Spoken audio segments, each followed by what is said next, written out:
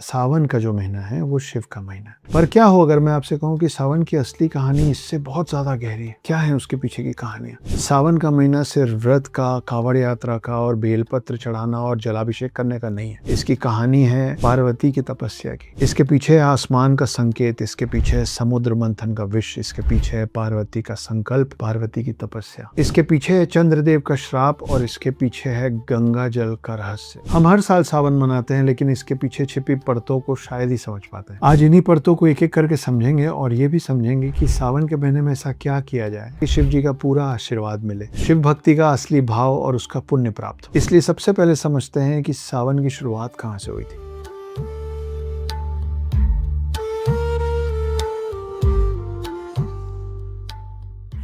आप सभी को अक्षत का शत शत नमन। बहुत खुश हूँ इसलिए क्योंकि बारिश शुरू हुई है। बारिश हर किसी को, पेड़ पौधों को, पक्षियों को, जानवरों को, लोगों को, किसानों को, सबको बहुत अच्छी लगती है। और बारिश में आता है सावन। सावन का महीना किसका महीना है ये? साक्षात शिव का। हम सब लोगों का ऐसा मानना है आमतौर पे कि सावन का जो महीना है वो शिव का महीना है, करेक्ट? पर क्या हो अगर मैं आपसे कहूँ कि सावन की असली कहानी इससे बहुत ज़्यादा गहरी है और बहुत पीछे लेके जाती है, हमारे अतीत में, सतयुग से भी पहले। वहाँ से शुरुआत होती है सावन की। कि सावन की असली कहानी सिर्फ शिव के इस महीने से भी बहुत ज़्यादा गहरी है, जुड़ी हुई शिव से ही है, लेकिन इतना सिंपल नहीं है जितने सिंपली हमको और आपको समझा दिया गया। इसलिए सबसे पहले समझते हैं कि सावन की शुरुआत कहाँ से हुई थी। सावन की शुरुआत किसी व्यक्ति ने, किसी इंसान ने नहीं की थी। बहुत समय पहले हमारे जो ऋषि मुनि होते थे ना, वो आसमान देख के समय का पता लगाते थे। समय मतलब उस दिन का समय नहीं, आने वाला समय भी। जब पूर्णिमा श्रवण नक्षत्र के आसपास पड़ती थी तो उस आने वाले महीने को, उस समय को श्रावण का महीना कहा जाता था, जो विद टाइम बदलते बदलते सावन का महीना हो गया। असल में शब्द क्या था? श्रावण। तो समय के साथ यही श्रावण का महीना अब सावन का महीना कहलाने लग गया। मतलब सावन का जो पहला संबंध था वो किसी मंदिर से नहीं था, वो आकाश से था। लेकिन सावन की पहचान जो है वो सिर्फ इसके नाम सावन से नहीं बनी, इससे जुड़ी कथाएं, मान्यताएं और परंपराएं। समुद्र मंथन और नीलकंठ की कथा से तो हम सभी परिचित हैं। मान्यता है कि तभी से सावन जल अभिषेक का विशेष महत्व माना जाता है। लेकिन सावन की जो सबसे रोचक कथा है ना, वो जलाभिषेक से नहीं जुड़ी हुई है, वो जुड़ी हुई है सावन सोमवार से। हम सभी सावन सोमवार का व्रत रखते हैं, पर क्या आपको पता है कि वो पहला प्राणी कौन था जिसने सावन में सावन सोमवार का व्रत रखा था? वो कोई मनुष्य नहीं था, कोई पक्षी नहीं था, कोई पशु नहीं था, वो थे स्वयं चंद्रदेव, जिन्होंने पहली बार सावन का व्रत रखा था। तो ये कहानी लिखी है शिव पुराण के कोटि रुद्र संहिता में और साथ में मत्स्य पुराण में भी। तो कहानी कुछ ऐसी है कि राजा दक्ष थे, जो मानस पुत्र थे, मतलब ब्रह्मा जी के पुत्र थे, और उन्होंने अपनी बेटियों की शादी की थी चंद्रदेव से। किसी बात पे चंद्रदेव से नाराज होकर दक्ष प्रजापति ने एक बार उनको श्राप दे दिया, जिसके कारण चंद्रदेव की जो रोशनी थी वो धीरे धीरे मध्यम होने लग गई, धीरे धीरे उनका तेज जाने लग गया और वो मृत्यु की तरफ बढ़ने लग गए। उनका शरीर क्षीण होने लग गया और मृत्यु हर दिन उनके और पास आती जा रही थी। तो ये तय हो गया था कि चंद्रदेव अब विलुप्त हो जाएंगे, खत्म हो जाएंगे, मर जाएंगे। तब ब्रह्मा जी ने चंद्रदेव से कहा कि वो प्रभास क्षेत्र जाएं। प्रभास क्षेत्र नाम था सोमनाथ का, जिसको आज आप और हम सोमनाथ के नाम से जानते हैं। उससे भी पहले जो नाम था वो था प्रभास क्षेत्र। तो ब्रह्मा जी ने उनको ये सलाह दी कि आप जाइए प्रभास क्षेत्र और वहाँ जाके शिव जी की आराधना कीजिए। वहाँ पहुंचकर चंद्रदेव ने शिव जी की आराधना शुरू की और वहाँ पे जाके उन्होंने व्रत रखा। इसीलिए आज भी उस जगह का नाम सोमनाथ है। सोम मतलब चंद्र, और सोम के नाथ, चंद्र के जो नाथ हैं वो स्वयं शिव है, ये बनता है सोमनाथ। तो प्रभास क्षेत्र में जाके जब उन्होंने पहली बार उनकी तपस्या करना चालू किया, उनकी आराधना करनी शुरू की और साथ में उन्होंने रखा व्रत, वहीं से ये चलन शुरू हुआ कि सावन के महीने में सोमवार को व्रत रखना अच्छा माना जाता है। क्योंकि माना जाता है कि जब चंद्रदेव शिव जी की पूजा करने वहाँ पे बैठे, व्रत किया उन्होंने, तो वो जो समय था पृथ्वी में, उस समय सावन का महीना चल रहा था। कथा कहती है कि चंद्रदेव ने पूरे समर्पण के साथ सावन सोमवार के व्रत किए। उन्होंने कठोर तपस्या की, निरंतर शिव की आराधना की और तब जाके महादेव के शरण में उनको एक नया जीवन मिला। तो सावन के एक सोमवार चंद्रदेव की तपस्या से, उनकी आराधना से, उनके व्रत से खुश होके साक्षात शिव वहाँ आए और तब जाके उनको ये वरदान मिला। उन पे जो श्राप लगा था वो भी हट गया और साथ में शिव जी ने बोला कि मैं तुमको अपने साथ धारण कर लूँगा। तो उन्होंने केवल चंद्रदेव का रोग दूर नहीं किया बल्कि चंद्रदेव को अपने सर पे, अपनी जटाओं में जगह दे दी और तभी से शिव जी का नाम चंद्रशेखर भी पड़ गया। तो शिव जी का जो चंद्रशेखर नाम है वो भी इसी कहानी से जुड़ा हुआ है। ये सब कुछ हो रहा था सावन में और ये जो दिन था वो था सावन सोमवार का दिन। और तभी से सावन में सोमवार का महत्व सावन के बाकी दिनों से और ऊपर चला गया और इसीलिए सोमवार होता है, क्योंकि सोम मतलब चंद्र। तो चंद्रमा के दिन को सोमवार कहा जाता है हिंदी में, मंडे। इसीलिए आज भी सावन सोमवार का जो व्रत रखा जाता है वो मन की शांति के लिए, लंबी उम्र के लिए, अच्छे स्वास्थ्य के लिए रखा जाता है, क्योंकि ये माना जाता है कि सावन के सोमवार में आप शिव जी से ये सब जब मांगते हैं तो शिव जी आशीर्वाद स्वरूप आपको वैसे ही ये सब प्रदान करते हैं जैसे उन्होंने चंद्रदेव को किया था। लेकिन जहाँ चंद्रदेव की ये पूरी कथा सावन को और सावन सोमवार को मन से और स्वास्थ्य से जोड़ता है, वहीं माता पार्वती की तपस्या इसे संकल्प से जोड़ती है, इसे कठिन तपस्या से जोड़ती है और इसे अटूट भक्ति से जोड़ती है। क्या है ये दूसरी कहानी जो सावन सोमवार से जुड़ी हुई है, जो शिव से ज़्यादा पार्वती की कहानी? आइए सुनाता हूँ। तो कहानी वहाँ से शुरू होती है जब सती ने आत्मदाह कर लिया था, क्योंकि उनके सामने उनके समकक्ष यानी शिव का तिरस्कार हुआ था और जब उनका पूरा शरीर जल रहा था क्योंकि उन्होंने आत्मदाह कर लिया था, तो उनके जलते हुए पार्थिव शरीर को लेके शिव निकल गए थे और शिव उसके बाद इतने दुखी हो गए थे और सांसारिक जीवन से, गृहस्थ जीवन से उनका मन इतना उचट गया था कि वो ध्यान में विलीन हो गए थे। तब सती का पुनर्जन्म हुआ पार्वती के नाम से। किनके घर में? राजा हिमालय और माता नैना के घर में। मतलब नैना जो उनकी हिमालय की पत्नी थी, समकक्ष थी। इनकी जो पुत्री हुई उनका नाम पार्वती था। वो ऑलरेडी शिव की बहुत बड़ी भक्त बनी। बचपन से ही पार्वती का मन हमेशा शिव भक्ति में लगा रहता था और ये चीज़ और प्रगाढ़ हो गया और ज़्यादा स्ट्रांग हुई जब महर्षि नारद पार्वती से मिले और उनको बताया गया कि पार्वती ही आने वाले समय में शिव जी की जीवन साथी बनने वाली। उस समय से, उस दिन से पार्वती जी की तपस्या और कठोर हो गई, क्योंकि उन्होंने शिव को प्राप्त करने का संकल्प ले लिया था। मगर शिव तो ठहरे शिव, ऊपर से ध्यान में विलीन। उनको पता कैसे चले कि पार्वती इतना कठोर तपस्या कर रही है उनको पाने के लिए। और शिव जी को प्रसन्न करने के लिए, शिव जी तक अपनी बात पहुंचाने के लिए पार्वती की तपस्या कठोर से कठोरतम होती चली गई। पहले उन्होंने अन्न छोड़ा, उसके बाद उन्होंने फल छोड़ा, फिर सिर्फ पत्तियों पे गुजारा करने लग गई, जबकि खुद प्रिंसेस थी, राजकुमारी थी। पत्तियों पे गुजारा करने लग गई और बाद में उन्होंने पत्तियां खाना भी छोड़ दिया। और जब उन्होंने सूखे पत्ते तक खाना छोड़ दिया तब जाके उनको एक और नाम मिला और वो नाम है अपर्णा। ये मान्यता है कि उनकी पूरी तपस्या का जो सबसे कठिन समय था ना, वो कठिन समय आया सावन में। तूफान, तेज़ हवाएं, बारिश, ठंड, सब कुछ एक साथ। लेकिन पार्वती की तपस्या नहीं डगमगाई। पार्वती जहाँ बैठी थी, जो कर रही थी वो करती रही। उनकी तपस्या में सावन की बारिश, तेज़ हवाएं, कोई भी चीज़, कोई खलल नहीं डाल पाई। ये सावन में जितनी भी कठिनाइयाँ आ रही थी पार्वती जी को उस तपस्या में, वही थी उनकी परीक्षा। इन सब के बीच में भी उन्होंने अपना विश्वास, अपना तप नहीं छोड़ा और फाइनली शिव जी को उनकी तपस्या से खुश होकर आना ही पड़ा और फिर पार्वती को अर्धांगिनी के रूप में अपनाना पड़ा।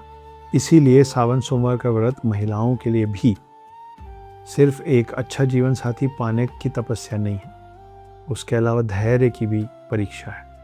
तो सिर्फ पूरे दिन भूखे रह लेने से सावन सोमवार में चीज़ें नहीं होती है। उस दिन आपको मन से शांत रहना पड़ता है, धैर्य रखना पड़ता है, संकल्पित रहना पड़ता है, तब जाके आप जो चाहते हैं वो आपको मिलता है, क्योंकि पार्वती को वो मिला था जो वो चाहती थी, एक अच्छा जीवन साथी। अब आ जाते हैं कांवड़ यात्रा पे। क्यों होती कांवड़ यात्रा, जिसमें लाखों श्रद्धालु शिव जी को जल अर्पित करने किसी एक कोने से दूसरे कोने जाते हैं। कोई 5 किलोमीटर जाता है, कोई 105 किलोमीटर जाता है। अपनी अपनी क्षमता के हिसाब से लोग वज़न लेते हैं गंगा जल का। जो गंगा जल नहीं ले पाते हैं वो साधारण पानी लेते हैं। कुछ लोग साधारण पानी में गंगा जल की कुछ बूंद मिला के लेके जाते हैं और शिव जी को पूरे सावन खास करके सावन सोमवार में अर्पित किया जाता है। कथा कहती है कि गंगा को धरती पे उतरना था, लेकिन गंगा का जो वेग था, जो स्पीड थी, जो प्रेशर था, उसके कारण पृथ्वी के ही 2 टुकड़े हो जाते। अब क्या करें, फिर प्रॉब्लम। तो हर प्रॉब्लम के सोल्यूशन का नाम क्या है? शिव। सागर मंथन से विष निकला, तो सोल्यूशन क्या है? शिव। गंगा को पृथ्वी में आना है और पृथ्वी टूट जाएगी, पृथ्वी को बचाने और गंगा को लाने के लिए सोल्यूशन क्या है? शिव। ये वो समय था जब शिव ने पृथ्वी को बचाया गंगा के वेग से, खुद को बीच में खड़ा करके। उन्होंने गंगा को अपनी जटाओं के द्वारा पृथ्वी में लाया, ताकि उनका वेग, उनका जो प्रेशर है वो कम हो जाए और पृथ्वी उनका वज़न, उनका भार बर्दाश्त कर पाए, झेल पाए, ताकि गंगा यहाँ पे आने के बाद आराम से बहती रहे। और इसीलिए शिव की पूजा में गंगा जल का खास स्थान होता है, खास महत्व होता है। और सावन सोमवार में यही महत्व और बढ़ जाता है, क्योंकि माना जाता है कि जब गंगा पहली बार पृथ्वी पे आई थी शिव की जटाओं की मदद से, वो समय सावन का ही था। इस कांवड़ यात्रा की दूरी जगह के हिसाब से बदलती रहती है। जैसा कि मैंने आपसे कहा कि कोई 5 किलोमीटर चलता है और कोई 105 किलोमीटर। 105 किलोमीटर इसलिए कहा क्योंकि सुल्तानगंज बाबा बैद्यनाथ धाम देवघर की यात्रा लगभग 105 किलोमीटर की है। कठिन यात्रा है, लेकिन करने वाले करते हैं, हर साल जाते हैं। पर कांवड़ यात्रा की जो पूरी कठिनाई है ना, वो सिर्फ उसकी दूरी में नहीं है, वो उसके संकल्प में है। ये कांवड़ यात्रा ना भक्त को सिर्फ एक जगह से मंदिर तक लेके नहीं जाती है। मंदिर तक पहुंचाने के पहले वो भक्त को उसके खुद के अंदर लेके जाती है, खुद से मिलवाती है, शिव से मिलवाने के पहले। लेकिन साथ में शिव जी की पूजा में सिर्फ जल भी नहीं चढ़ता, जल के साथ धतूरा चढ़ता है, भस्म चढ़ता है, बेलपत्र चढ़ता है, दूध चढ़ता है, और इन सब का भी अपना एक महत्व है। अभी जो चीज़ें मैंने बोली ना, जल, दूध, भस्म, धतूरा, ये सब बड़ी साधारण चीज़ें। तो शिव को ये सारी साधारण चीज़ें क्यों चढ़ती हैं? बेलपत्र, ये सब साधारण है, क्योंकि शिव इतने भोले हैं ना कि उनको प्यार से आप जो चढ़ाएंगे ना, वो उसको स्वीकार कर लेते हैं। और वो जिसको स्वीकार कर लेते हैं, फिर वो साधारण नहीं रहता, असाधारण हो जाता है। शिव को सबसे प्रिय है शमशान का भस्म। क्यों है? इसका वर्णन आपको तुलसीदास के रामचरितमानस में मिलता है। शिव के आराध्य श्री राम है और श्री राम के आराध्य शिव है। और राम का वो नाम है जो मृत्यु के बाद भी एक पार्थिव शरीर के साथ चल के जाता है। तो शरीर के अंदर आत्मा का वो आखिरी क्षण, जिसके बाद वो आत्मा शरीर को छोड़ के आगे का रास्ता तय करती है, उसमें सिर्फ एक नाम, एक शब्द आगे बढ़ता है, और वो है राम। इसीलिए मृत्यु के आसपास हम कहते हैं राम नाम सत्य। सत्य कौन है? सत्य ही तो शिव है। लेकिन शिव को जो भस्म प्रिय है, उस भस्म की कहानी मृत्यु तक सीमित नहीं है। उस भस्म की कहानी है प्रेम की। तो जैसा कि मैंने आपको कहा, पहले बताया कि सती ने जब अपना आत्मदाह कर लिया था और उनके जलते हुए पार्थिव शरीर को लेके शिव जी यहाँ से वहाँ भटक रहे थे, इस पीड़ा को विष्णु नहीं देख पाए। विष्णु जिनके अवतार हैं राम, वो जितने पीड़ा में थे शिव, सती के मृत शरीर को लेके यहाँ से वहाँ भटकते हुए, इस पीड़ा को विष्णु सहन नहीं कर पा रहे थे। विष्णु ने अपने सुदर्शन चक्र को भेजा और सुदर्शन चक्र ने सती के पार्थिव शरीर के बहुत सारे टुकड़े कर दिए, ताकि वो अलग अलग जगह गिरे और शिव जी के हाथ से छूटे। क्योंकि अगर वो शिव जी के हाथ से शरीर को नहीं लिया जाता, तो शिव जी वैसे ही उस शरीर को लेके घूमते रहते। वो जलता हुआ शरीर जब अलग अलग जगहों पे पृथ्वी में गिरा, तो शिव के पास जो बच गया सती के नाम पे, वो था भस्म, जो उनके जलते शरीर से निकल रहा था। तो शरीर तो कट के चला गया, नश्वर होता है ना। उसके बाद जो बच गया, प्रेम के नाम पे शिव के पास, सती के वियोग में वो भस्म जो उनके हाथों में लगा हुआ था, उन्होंने अपने पूरे शरीर में मल लिया। तब से वो रूप है जिसको हम आज भी देखते हैं, और इसीलिए भस्म आज भी शिव को इतना प्रिय है। भस्माभिषेक भी होता है ना? क्यों? इसी वजह से, क्योंकि शिव को अपने ऊपर भस्म लगाना पसंद है। भस्म मृत्यु का प्रतीक नहीं है। यहाँ पे भस्म शिव जी का सती के प्रति प्रेम का प्रतीक है। वहीं बेलपत्र के जो 3 पत्ते हैं, वो बहुत सारी चीज़ें अपने आप में दर्शाते हैं। त्रिशूल दर्शाते हैं, त्रिनेत्र दर्शाते हैं, और 3 तत्व, 3 गुण जो सब में होते हैं, सत्व, रज और तम, ये सब भी दर्शाते हैं।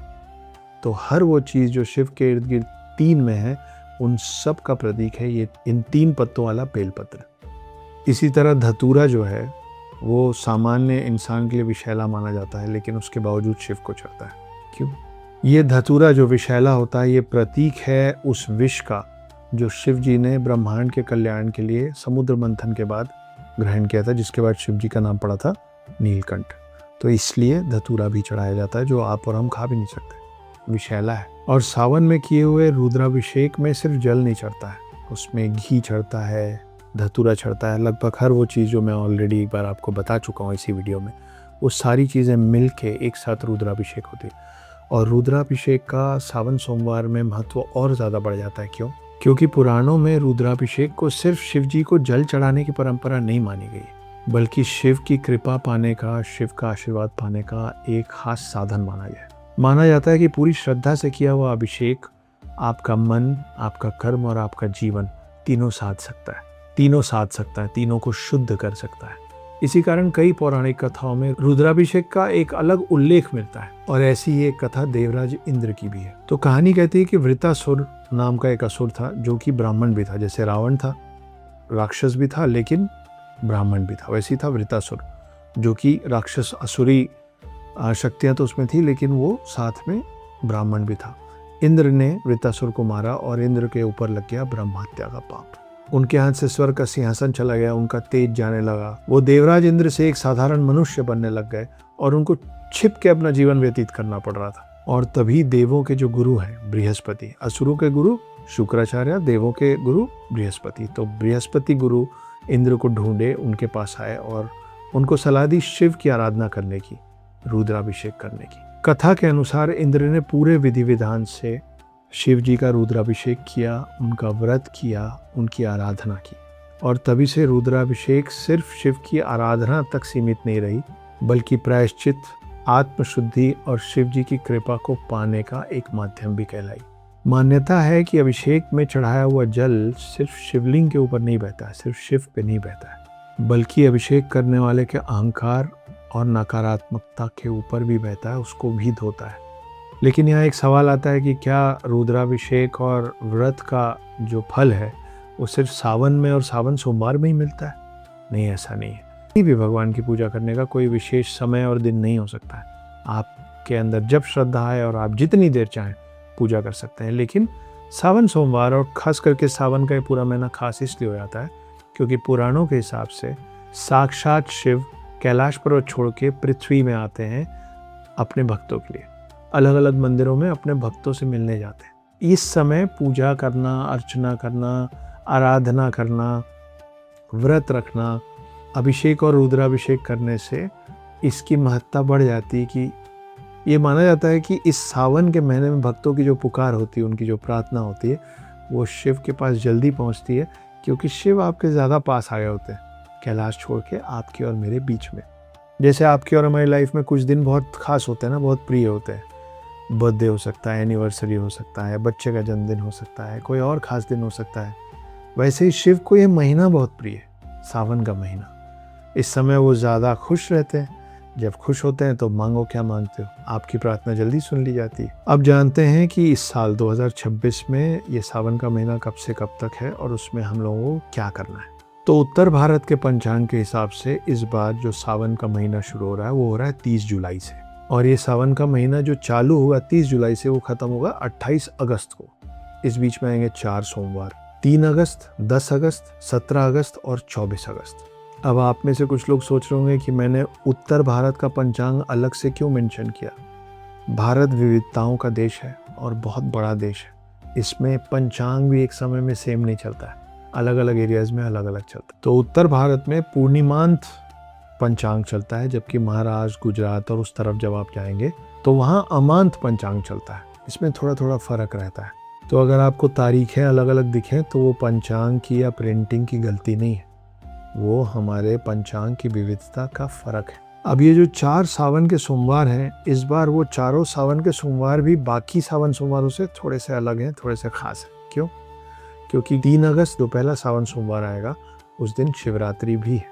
17 अगस्त को सावन सोमवार के साथ नाग पंचमी आएगी, और 28 अगस्त को श्रावण पूर्णिमा और रक्षाबंधन के साथ इस बार का सावन का महीना पूर्ण होगा, खत्म होगा। इसी महीने 12 अगस्त को सूर्य ग्रहण है और 28 अगस्त को चंद्र ग्रहण भी।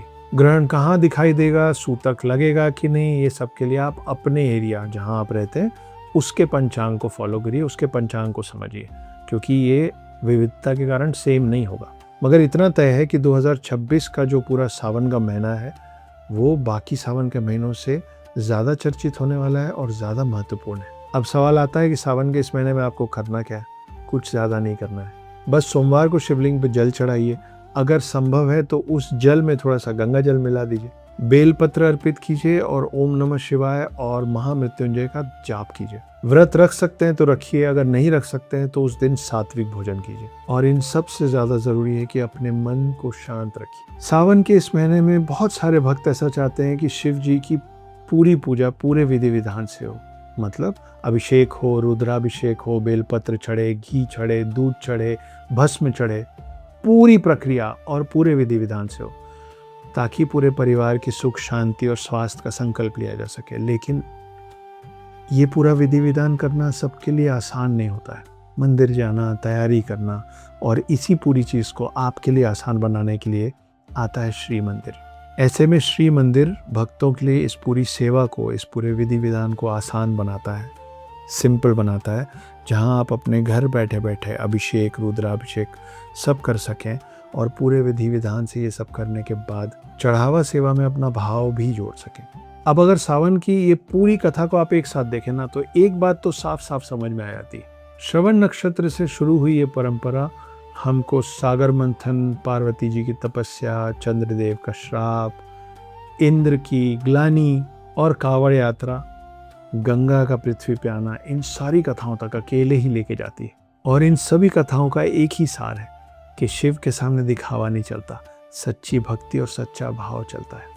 इसलिए सावन में जब हम शिवलिंग पे जल चढ़ाते हैं तो हम सिर्फ जल नहीं चढ़ाते, अपना भय, अपना क्रोध, अपनी बेचैनी, अपना अहंकार, ये सब कुछ भी हम वहाँ अर्पित कर देते हैं, चढ़ा देते हैं, उससे मुक्त हो जाते हैं। यही सावन का असली अर्थ है कि भीतर के विश्व को पहचान कर जीवन में फिर से शिवत्व को अपनाना।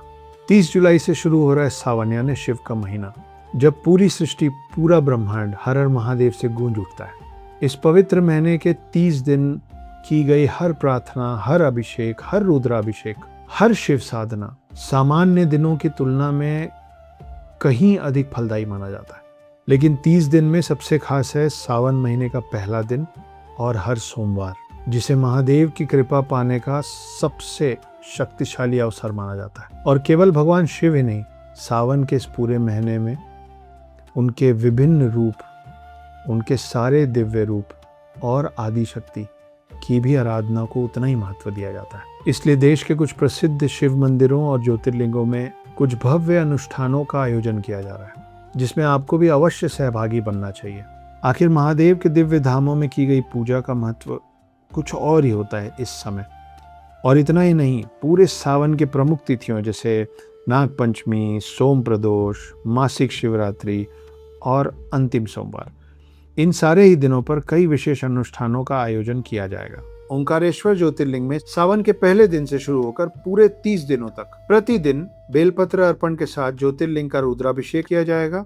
वहीं ओंकारेश्वर ज्योतिर्लिंग में सावन के पहले सोमवार से 4 सोमवार तक 40 लाख महामृत्युंजय मंत्र जाप और नर्मदा जल रुद्राभिषेक का भव्य अनुष्ठान होगा। और सावन के पहले सोमवार प्रयागराज के सोमेश्वर महादेव मंदिर और काशी के काल भैरव मंदिर में 11 लाख पंचाक्षरी मंत्र जाप, 1.25 लाख भैरव मंत्र जाप तथा काले तिल महायज्ञ का भी आयोजन किया जाएगा। यदि सावन में आप किसी भी कारणवश इन पवित्र मंदिरों में नहीं पहुंच पा रहे हैं, तो श्री मंदिर के द्वारा घर बैठे बैठे केवल अपना नाम और गोत्र देकर इन सारे अनुष्ठानों के सहभागी बनिए, उसमें पार्टिसिपेट कीजिए। तैयार हो जाइए, क्योंकि अब शुरू हो रहा है भोलेनाथ का सबसे प्रिय महीना।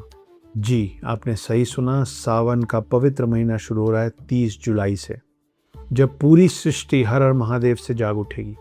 और क्योंकि ये शिव जी का सबसे प्रिय महीना है, इस पूरे महीने में किया हुआ शिव का रुद्राभिषेक, उनका अभिषेक, उस पर चढ़ाया बेलपत्र, उनकी किसी भी तरीके से किसी भी मंदिर में की हुई पूजा सामान्य दिनों में की हुई पूजा से कई गुना ज़्यादा फलदायी होने वाली है। भोलेनाथ की कृपा पाने के लिए सावन का पूरा महीना बहुत अच्छा है, पर उसमें भी खास तौर से सावन के सोमवार को अलग से महत्व दिया गया। तो आप इस सावन के महीने में क्या कर सकते हैं? हर सोमवार शिवलिंग पे जल चढ़ाइए, अगर हो सके संभव तो जल में गंगा जल मिलाइए, बेलपत्र चढ़ाइए, ओम नमः शिवाय का जाप करिए और महामृत्युंजय का जाप कीजिए। जितनी ज़्यादा बार हो सके उतना अच्छा। व्रत रख सकें तो ज़रूर रखिए। किसी वजह से, अपने स्वास्थ्य की वजह से ना रख सकें तो कम से कम सात्विक भोजन खाइए और मन को, दिमाग को शांत रखिए। इसके अलावा देश के बहुत सारे प्रसिद्ध और सर्वशक्तिशाली मंदिरों में बहुत सारे अनुष्ठान हो रहे हैं। जा पाएँ तो वहाँ ज़रूर जाइए। अगर नहीं जा पा रहे हैं तो अपने घर में बैठे बैठे सिर्फ अपना नाम और गोत्र दीजिए श्री मंदिर ऐप को, और वो पूरे विधि विधान से आपके नाम और आपके गोत्र के साथ आपकी पूरी पूजा कराएंगे। मध्य प्रदेश के दिव्य ओमकारेश्वर ज्योतिर्लिंग में सावन के पहले दिन से शुरू होकर रोज पूरे 30 दिनों तक ब्रह्म मुहूर्त के समय शिवलिंग का जलाभिषेक होगा। हर सावन सोमवार यानी 4 सोमवार देश के सबसे प्रमुख 8 शिवलिंगों में, जिनमें ओमकारेश्वर, त्र्यंबकेश्वर, घृणेश्वर ज्योतिर्लिंग भी हैं, और इन शिवलिंगों का महाअभिषेक होगा। सावन के अंतिम सोमवार पर काशी के नीलकंठेश्वर महादेव मंदिर में 101 लीटर गंगा जल अभिषेक के साथ 1008 बेलपत्र अर्पण किए जाएंगे। आप जब श्री मंदिर ऐप के द्वारा ये सब अनुष्ठान अपने लिए, अपने परिवार के लिए बुक करेंगे तो इन मंदिरों के पुजारी आपके नाम संकल्प के साथ ये चढ़ावा शिव को अर्पित करेंगे।